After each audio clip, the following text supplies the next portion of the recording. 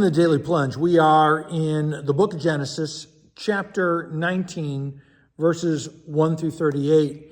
Now, the two men leave the Lord, and now we're told that these are angels. So it makes clear that the three men who visit Abraham and Sarah are Christ, who is the Word, the communication of God, and then these two are angels, and they show up at Sodom, and Lot is at the city gate, which in the ancient world was sort of like the city hall.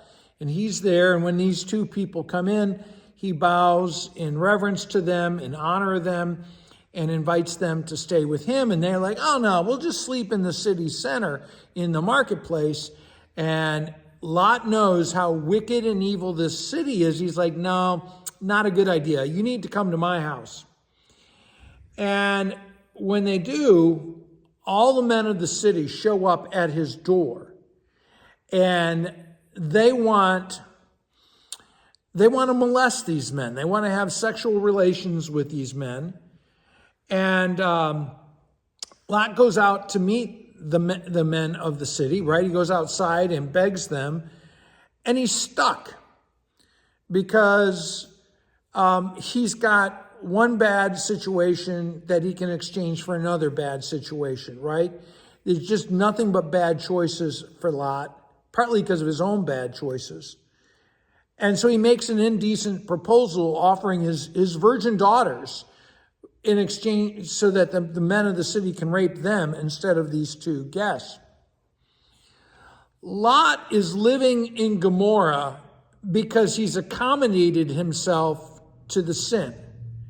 I mean, when he's leaving, right, he lingers because he likes this city life, the bright lights of the city, and all the sinfulness that goes on there, he sort of waves and nods at. And what's funny is that the locals resent him for judging them, for having different morals standards, higher moral standards than him. And, and that's what they say. The men of the city, get out of our way. We're going to go get those men. And the angels pull the men in, strike everyone with blindness, right? And then they say, time's up. Grab anyone you love and get out of town. And so Lot invites the two engaged son-in-laws to come with his daughters and his wife. And they're like, you're just joking. They can't believe that the wrath of God is coming. And how much does this world continue to not believe in God's wrath, that it's real?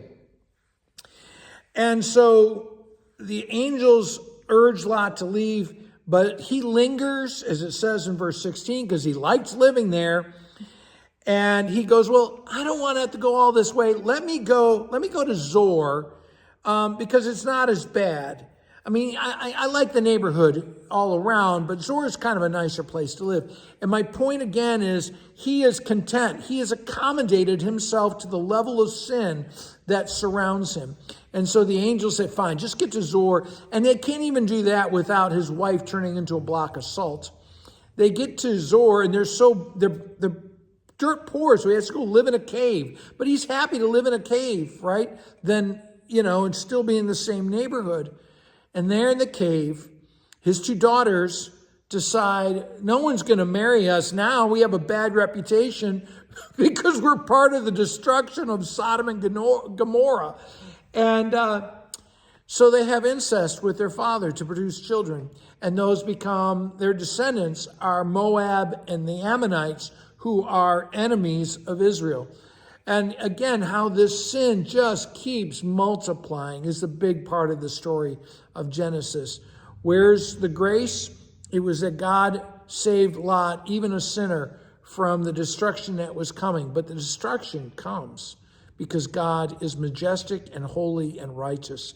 Hey, thanks, friends. Have a blessed day.